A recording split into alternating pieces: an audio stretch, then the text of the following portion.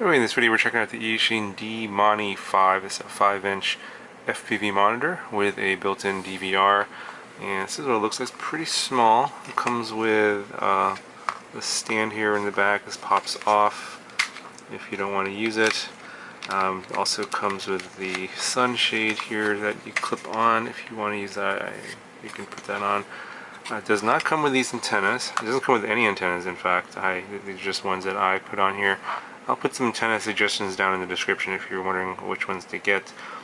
These are the connections on here are RPSMA, so you need RPSMA antennas or some sort of adapter to an SMA antenna. Just keep that in mind. So you obviously have diversity antenna connections here. I actually don't know, and it's not clear if inside there's actually two receivers or not. It might be antenna diversity, it might not be actual diversity. And I did try to figure out a way to take this apart, but there's no screws or anything here. I think you have to actually break the clips on this plastic. I did try and take it apart, but I was not successful.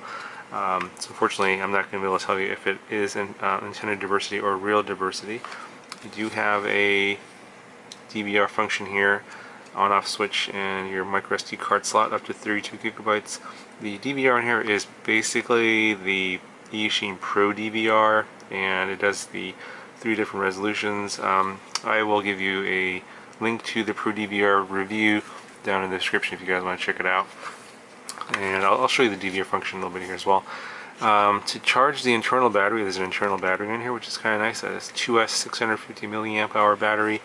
You have a barrel plug connector here, and they do include the charger.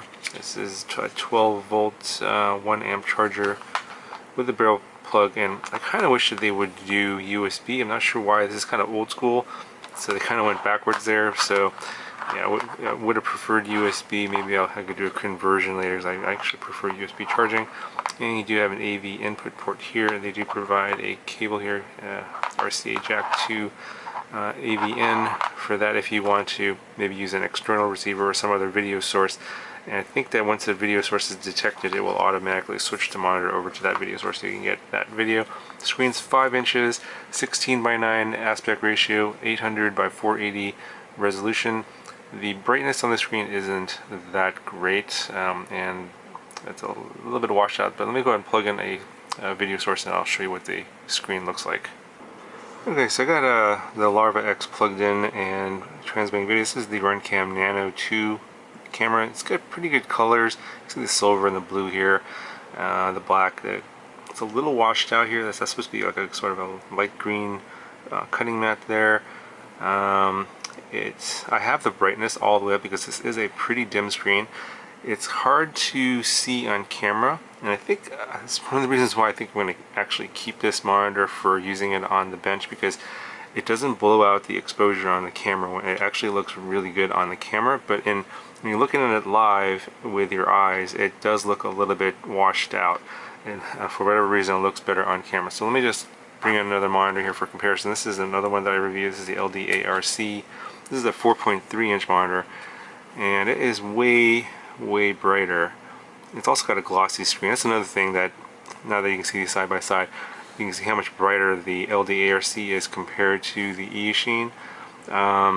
It's much more vibrant. I have the brightness set to 100 right now, and also the I'll show you I think the brightness, sorry, the brightness is set to 65 I believe, and the contrast is set to 100. This is the best image I can get with this screen. I don't know why Eachine's gone to sort of this, like, I think this is sort of a cheaper panel. It's like a dimmer panel. It's not as bright.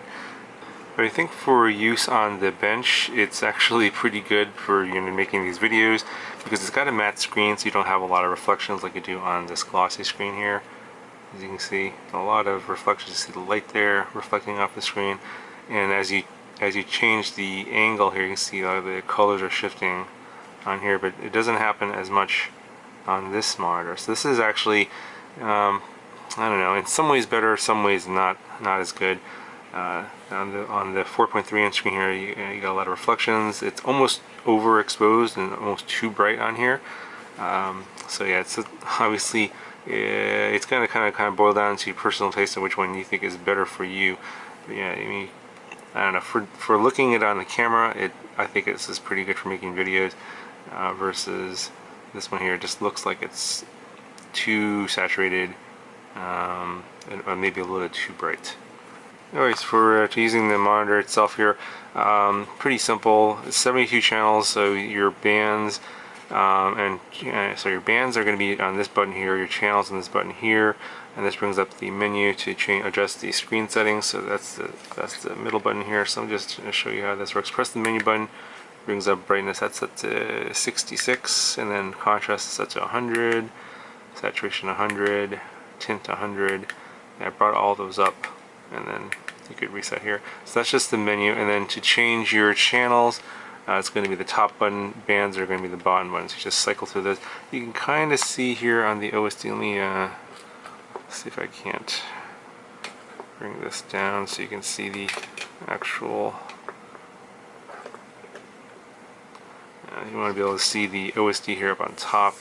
So you can see it's on race band 1, shows the frequency here. I also have a micro SD card in there as well, so you can do recordings, and this shows your battery on here as well. I think that's it. I don't think you can turn that off. I wasn't able to figure out a way to turn that off, but top button will change your channels, so R1, and then we're in R2, 3, 4, just press them one at a time. They'll cycle through each channel, and then the bottom button is the bands, and so you have R band, U, O, L, H, A, B, E, F, and back to R. So that's 72 channels. That's a lot of bands. And to use the DVR function here is basically it's like a jog dial, so you can push down or up or in. So in order to start a recording, you're going to press the button up like that, and then you get a timer here. As you can see, it's 3 seconds, and to stop the recording, you're going to press the button up again. I'm just going to push it up. That'll stop it. And then to get into the DVR function, you're going to take the button and then press and hold. And that will go into the DVR here. You can change your size of the video recording. So it's on HD right now, which is actually 1280 by 720. It's about a 16 megabit bit rate. Yeah, it puts it into whatever, doesn't matter what the aspect ratio of the video is, it puts it into a 16:9 1280 by 720 container. And then you have these settings here you could change. These are all ones you can change. So basically just take the dial here, move it up and down to go through the menu. You can enter your date here on the next menu if you want to get into that. Now it does say that auto record is turned on, but it doesn't seem to do that when you turn the DVR on, so you do have to hit the dial and push up to start your recordings. And then to exit the menu, you just press and hold the button again. Now, assuming we have stuff recorded on the SD card, you want to go into the DVR for playback, you take the button here and you push down. And that goes into the playback menu, and then you just press in the button to start playing. You can see here that the recording is playing back here. Obviously there's no movement, but if you have files on there, that's how you can get into the DVR and start playing back the files that you've recorded. And to exit the DVR, you again just press the button down and hold, and that will exit the DVR.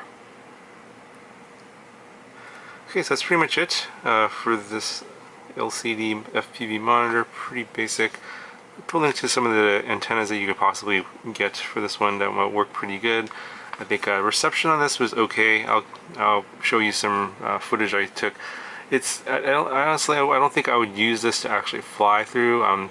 This is more like, I think, for using on the bench, checking like your settings and stuff, that kind of thing. Maybe if you want to record things, like say through another camera. This screen's pretty good. It's not too bright.